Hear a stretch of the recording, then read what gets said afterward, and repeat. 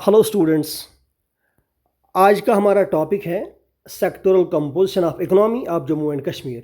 Jammu and Kashmir union territory की जो economy है वो किन किन सेक्टर्स पे डिपेंड करती हैं, आज के टॉपिक में हम इसके बारे में ही डिस्कस करेंगे। चलिए स्टार्ट करते हैं। सबसे पहले हम जम्मू कश्मीर यूनियन टेरिटोरी की इंट्रोडक्शन के बारे में थोड़ा सा जान लेते हैं। हिंदुस्तान की 8 यूनियन टेरिटोरीज़ में से जम्मू एंड कश्मीर सबसे लार्जेस्ट यूनियन टेरिटोरी है, जिसका एरिया है 42,241 स्क्वायर किलोमीटर। जहाँ तक इसकी पॉपुलेशन की बात है, यहाँ की पॉपुलेशन है 1 करोड़ और करीब करीब 22 लाख और 67,000 के करीब करीब, जो कि हिंदुस्तान की आबादी का 0.8% कंप्राइज करती है। अगर यहाँ की पॉपुलेशन डेंसिटी की बात की जाए तो यहाँ की यूनियन टेरिटोरी की पॉपुलेशन डेंसिटी है 290 पर्सन्स पर स्क्वायर किलोमीटर। और हमारी यूनियन टेरिटोरी 31 अक्टूबर 2019 में एग्जिस्ट हो गई। Erstwhile state of Jammu and Kashmir से हमने ये कार्व आउट की है, बनाई है। तो हमारी यूनियन टेरिटोरी का जो जीडीपी है वो हिंदुस्तान के यानी कि पूरे मुल्क के जीडीपी कंट्रीब्यूशन में उसका 0.8% कंट्रीब्यूशन है। और एनुअल पर कैपिटा इनकम अगर देखा जाए, एनुअल पर कैपिटा इनकम बढ़ा है 2014-15 से लेकर 2021-22 तक, काफ़ी बढ़ा है। 62,000 से लेकर 1,16,000 तक पर ईयर अगर देखा जाए तो करीब करीब 9,700 और 17-18 रुपीज़ के आसपास आता है मंथली पर कैपिटा इनकम यहाँ की जो है यूनियन टेरिटोरी का। आइए नेक्स्ट स्लाइड की हम बात करते हैं। इस स्लाइड में हम थोड़ा सा जम्मू कश्मीर इकोनॉमी की हाइलाइट्स पे कुछ ध्यान देते हैं। हम या इसमें लिखना चाहते हैं या दिखाना चाहते हैं Jammu and Kashmir real GSDP gross state domestic product जो है वो 1.31 लाख करोड़ रुपीज़ है, यानी कि 1,31,02,094 इतना जो है करोड़ रुपीज़ है हमारा real GSDP gross state domestic product, और जो 8.0% की रेट से जो है बड़ा है पिछले साल के मुकाबले में। तो आइए इसके बाद देखते हैं। नेक्स्ट स्लाइड की हम बात करते हैं, सेक्टोरल कंपोजिशन की बात करते हैं।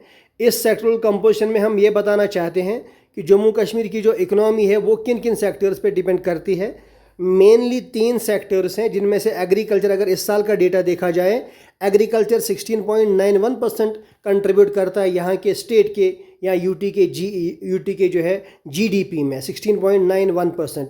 इंडस्ट्रीज़ कंट्रीब्यूट करती हैं 9.52% और सर्विस सेक्टर कंट्रीब्यूट करता है 63.57%। तो कहने का मतलब सबसे ज़्यादा कंट्रीब्यूशन सर्विस सेक्टर का है और फॉलोड बाय इंडस्ट्रीज़ और उसके बाद फॉलोड बाय एग्रीकल्चर। चलिए नेक्स्ट स्लाइड की ओर चलते हैं। एज ऑफ 2022 की हम अगर बात करें, यहाँ की इकोनॉमी लगभग 6 सेक्टर्स पे मेनली डिपेंड करती है। और उन 6 सेक्टर्स में सबसे पहले आता है एग्रीकल्चर, दूसरा आता है टूरिज़्म, थर्ड नंबर पे हैंडीक्राफ्ट्स, फोर्थ पे है इंडस्ट्रीज़, उनमें से खासकर मैन्युफैक्चरिंग, फिफ्थ पे है पावर जनरेशन और सिक्स्थ पे है सर्विस सेक्टर। चलिए एक एक करके हम इनके बारे में बात करते हैं। सबसे पहले एग्रीकल्चर की बात करते हैं। एग्रीकल्चर यहाँ की इकोनॉमी का जो है बैकबोन है, मेन स्टेप ऑफ इकोनॉमी हम कहते हैं। यहाँ की इकोनॉमी की रीढ़ की हड्डी है agriculture, backbone of J&K economy. और अगर क्रॉप्स की बात करें, कौन कौन से क्रॉप्स यहाँ पैदा किए जाते हैं, पैदा होते हैं, किनका पैदावार यहाँ पे होता है, पैडी है, वीट है, मेज़ है आपका, मिलेट, उसके अलावा वेजिटेबल्स भी काफ़ी जो है हद तक यहाँ मतलब पैदावार उनकी होती है। तो हॉर्टिकल्चर भी, जिसमें हमारे एप्पल्स आते हैं, पियर्स आते हैं या वॉलनट्स आते हैं, उसके अलावा सैफरॉन भी उसमें आता है, उनका भी जो है एक अच्छा रोल है यहाँ की एग्रीकल्चर की इकोनॉमी में। तो अगर हम इस सेक्टर्स के बारे में अलग अलग बात करें, 2022 और 23 का डेटा देखें तो एग्रीकल्चर के सेक्टर्स की हमें पता है एग्रीकल्चर एंड एलाइड सेक्टर जो है 16.91% कंट्रीब्यूट करता है जीडीपी में। लेकिन उसमें से अगर सब सेक्टर्स की हम बात करें तो क्रॉप्स 10% का जो है कंट्रीब्यूशन देते हैं टू द एग्रीकल्चरल जीडीपी, और लाइव स्टॉक देते हैं 5.17%। फॉरेस्ट्री एंड लॉगिंग की बात करें तो 1.40%, इनसे हमें कंट्रीब्यूशन मिलता है जीडीपी के लिए। और फिशिंग और एक्वाकल्चर की बात करें तो 0.34% कंट्रीब्यूशन आता है इस सेक्टर से। चलिए आगे चलते हैं। इसके अलावा थोड़ा सा और हम बात करना चाहते हैं कि हॉर्टिकल्चर जो है, हॉर्टिकल्चर का कितना कंट्रीब्यूशन है यहाँ की इकोनॉमी में। हॉर्टिकल्चर का करीब 6 to 7% है कंट्रीब्यूशन यहाँ के ग्रॉस स्टेट डोमेस्टिक प्रोडक्ट में। तो उसके अलावा हम देखते हैं एक लेटेस्ट सर्वे हुआ है, assessment survey of agriculture. As per that अगर देखा जाए यहाँ पे यहाँ की जो है जे एंड के 5वें नंबर पे है। 5वें नंबर पे किस में? एवरेज मंथली इनकम पर एग्रीकल्चर हाउस होल्ड। यहाँ के एक एग्रीकल्चर हाउस होल्ड की पर एग्रीकल्चर हाउस होल्ड की इनकम जो है मंथली इनकम 18,918 रुपीज़। तो ये यहाँ पे जो है दिखाया है मैंने। इसके अलावा आप देखें ज़रा area and production under major horticultural crops. Horticultural crops के अंडर कितना एरिया है और हॉर्टिकल्चर से हमें कितना प्रोडक्शन मिलता है, वो हमने इसमें ज़रा दिखाने की कोशिश की है। देखिए 2018-19 से लेकर अगर देखा जाए 2021-22 के लिए ये डेटा अब यहाँ से देखिए कितना इंक्रीज़ हुआ है। 3,25,359 एरिया हेक्टेयर जो है एरिया था इस साल में 18-19 में, ये बढ़ कर के 3,41,697 तक आया है। और अगर परसेंटेज अगर प्रोडक्शन की बात करें तो प्रोडक्शन भी जो है 19.23% का इसमें इंक्रीज़ हुआ है फ्रॉम 2018-19 टू 21-22। तो आइए एग्रीकल्चर की ही जो है ये हमने बात कर ली और थोड़ा सा आगे चलते हैं। ये भी हमने भी हॉर्टिकल्चर पे ही बात कर रहे थे। और नेक्स्ट स्लाइड की अगर हम बात करें थोड़ा सा टूरिज़्म को देख लेते हैं। तो टूरिज़्म में हम कुछ चीज़ों के ऊपर जो है ध्यान देना ज़रूरी है। जहांगीर ने कहा था, एम्परर जहांगीर ने, गर फिरदौस बर्रोए ज़मी अस्त हमी अस्तो हमी अस्तो हमी अस्त। इसका मतलब है if there is paradise on earth, अगर धरती पे कहीं पे स्वर्ग है, कहीं पे जन्नत है तो वो कश्मीर में है। तो कश्मीर के टूरिस्ट जो है टूरिज़्म के बारे में, जम्मू कश्मीर के टूरिज़्म के बारे में हम ये कहना मुनासिब समझते हैं, लिखना मुनासिब समझते हैं कि एक पॉपुलर टूरिस्ट डेस्टिनेशन है जो कि काफ़ी टूरिस्ट को अट्रैक्ट करती है और जिससे हमारी लोकल इकनॉमी काफ़ी बढ़ती है। तो अगर देखा जाए यहाँ के टूरिस्ट का फुटफॉल पिछले साल में कितना हुआ, 2022 की अगर बात करें तो जम्मू रीजन और कश्मीर रीजन अलग करके मैंने दिखाना जो है यहाँ पे दिखाने की कोशिश की है, दिखाना चाहा भी है। तो उसमें डोमेस्टिक टूरिस्ट जो हैं सबसे ज़्यादा जम्मू रीजन में आए हैं, 1 करोड़ 62 लाख के करीब। और लेकिन कश्मीर में जो है उतने डोमेस्टिक टूरिस्ट नहीं आए हैं।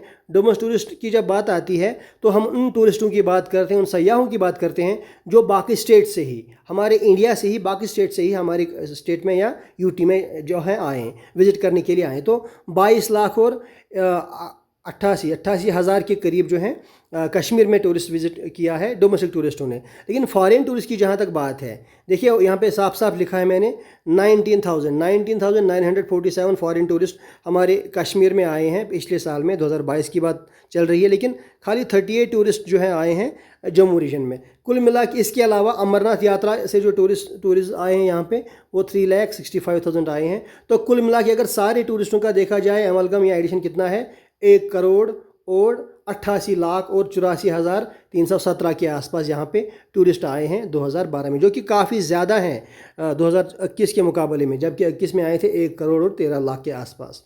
आइए नेक्स्ट स्लाइड की बात करते हैं। इसमें हम थोड़ा सा और बात करते हैं यहाँ के पार्क्स कितने हैं और उनके अंडर एरिया कितना है, इस चीज़ पर हम थोड़ा सा ध्यान देते हैं।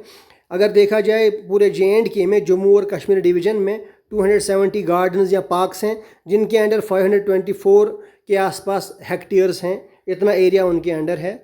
और एक ख़ास बात है यहाँ के टूरिज़्म की, हमने होम स्टेज़ को जो है काफ़ी इनक्रेज किया है, घरों में ही टूरिस्टों के रहने की जो है बात की है हमने काफ़ी सारे विलेजेस में। तो ये जो है टूरिज़्म के बारे में कुछ चीज़ें हैं। और आगे चलते हैं, हैंडीक्राफ्ट्स की बात करते हैं। हमारे यहाँ एक रिच हेरिटेज है हैंडीक्राफ्ट्स का, जिसमें क्राफ्ट्स लाइक कारपेट वीविंग आती हैं, वुड कार्विंग भी आती है और उसके अलावा सिल्क वीविंग भी आती है, एम्ब्रॉयडरी भी आती है, पेपर माशे भी आता है। और हैंडीक्राफ्ट प्रोडक्ट्स की जो है काफ़ी डिमांड है इस टाइम, चाहे नेशनल मार्केट हो या इंटरनेशनल मार्केट हो, हमारे हैंडीक्राफ्ट जो हमारी यूटी में बनते हैं। अगर रेवेन्यू की बात की जाए एंडिंग दिसंबर 2022-23 की मैंने यहाँ पे जो है बात की है, इसका डेटा लिखा है, तो कारपेट सेक्टर से हमें 2012 करोड़ रुपए मिलते हैं। इसी तरह शॉल सेक्टर से 300 करोड़, पेपर माशे से 5 करोड़ और अदर बाकी चेन स्टिच है या वुड कार्विंग है उनसे 211 करोड़ हमें मिलते हैं। कुल मिला के अगर देखा जाए कितना रेवेन्यू जनरेट होता है हैंडीक्राफ्ट से, वो है करीब 728 करोड़ के आसपास। तो चलिए आगे चलते हैं। हैंडीक्राफ्ट के बाद हम आते हैं मैन्युफैक्चरिंग इंडस्ट्री पे। देखिए मैन्युफैक्चरिंग सेक्टर जम्मू कश्मीर का है वो बहुत ही डाइवर्स है, जिसमें बहुत सारी इंडस्ट्रीज़ आती हैं। उन इंडस्ट्रीज़ में ख़ास तौर पर हमारे पास टेक्सटाइल्स है, फूड प्रोसेसिंग है, फार्मास्यूटिकल है, इंजीनियरिंग इंडस्ट्रीज़ है।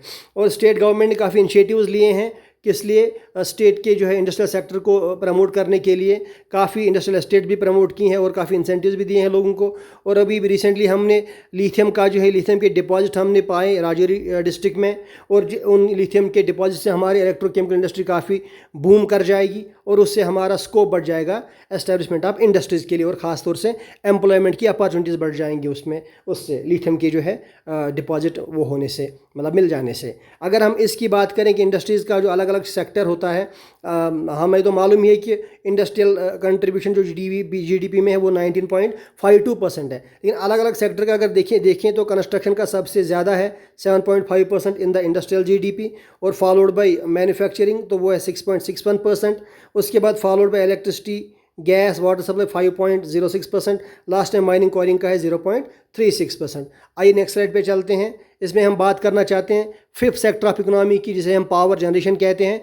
जम्मू कश्मीर हमें मालूम ही है एक रिच सोर्स है, नेचुरल रिसोर्स है हाइड्रो इलेक्ट्रिक पावर पोटेंशियल का, और अगर देखा जाए यहाँ की स्टेट का जो हाइड्रो इलेक्ट्रिक पावर प्रोजेक्ट उनके बारे में बात की जाए तो हमारी इस टाइम जो मतलब कैपेसिटी है वो 3633 मेगावाट्स है इलेक्ट्रिसिटी जनरेट करने की कैपेसिटी, और जो हम बात कर रहे हैं अगले 3 साल में वो डबल हो जाएगी। डबल होने के बाद 6647 मेगावाट तक पहुंच जाएगी, और 2030 तक ये ट्रिपल हो जाएगी जो है हमारी इलेक्ट्रिसिटी, मतलब हाइड्रो इलेक्ट्रिसिटी कितना पहुंचेगा वो 9931 मेगावाट्स इस तक पहुंच जाएगा, इस कैपेसिटी तक।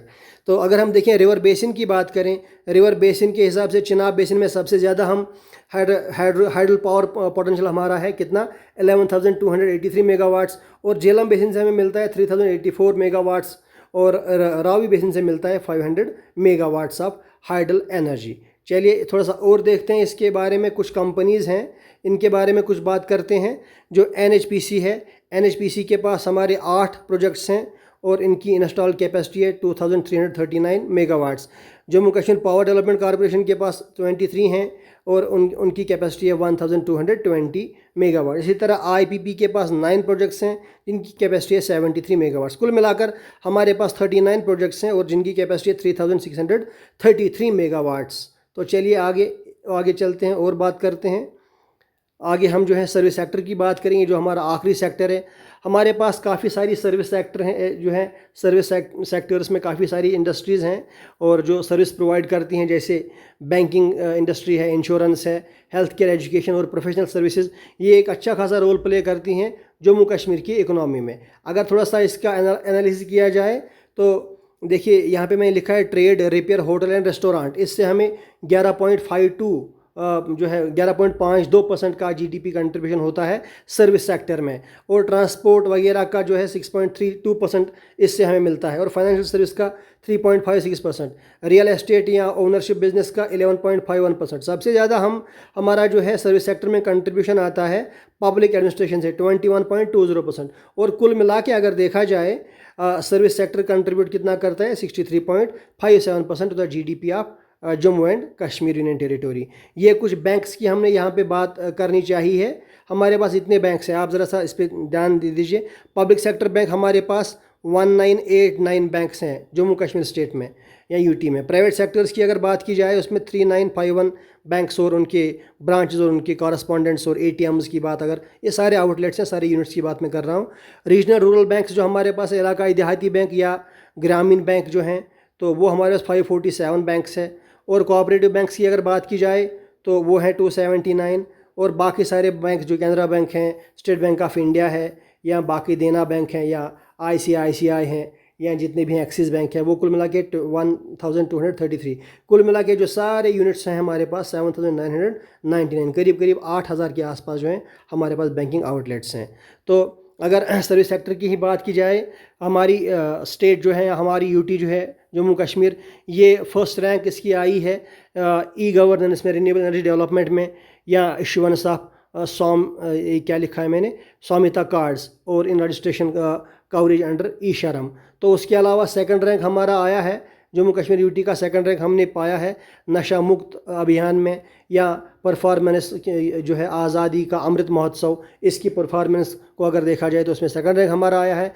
और प्रिजर्वेशन ऑफ अमृत सरोवर्स और in terms of total road length constructed under prime minister's Gram Sadak Yojana, इसमें ऑल इंडिया लेवल पे हमारी 3rd रैंक आई है। और 4th रैंक हमारा कहाँ पे आया है, सस्टेनेबल डेवलपमेंट गोल्स में, अगर उनकी प्रोग्रेस की बात की जाए। और 5th रैंक पे हम आए हैं किसमें, जो ईज़ ऑफ डूइंग बिजनेस के रेगुलेटरी मैकेनिज़्म है, तो उनका थोड़ा सा वो बर्डन कम करने में। लेकिन हमारे पास जो है एक ख़ास बात जो हमें जहन में रखनी है वो ये है कि overall economy of Jammu Kashmir जो है वो अफेक्ट हुई है पॉलिटिकल अनसर्टेनिटीज़ से, इंसर्जेंसी से, मिलिटेंसी से और सिक्योरिटी कंसर्न्स से। लेकिन उसके बावजूद भी बहुत सारे इकदाम उठाए जा रहे हैं, एफर्ट्स आर बीइंग मेड, चाहे सेंट्रल गवर्नमेंट हो या स्टेट गवर्नमेंट हो, दोनों की तरफ से प्रमोट किए जाते हैं और मतलब इकदाम उठाए जा रहे हैं ताकि यहाँ की इकनॉमी जो है वो प्रमोट हो और यहाँ पे काफ़ी सारा इन्वेस्टमेंट आ जाए इस रीजन में, ताकि हमारी इकनॉमी काफ़ी ग्रो कर जाए। Thank you very much. Do subscribe, like and share.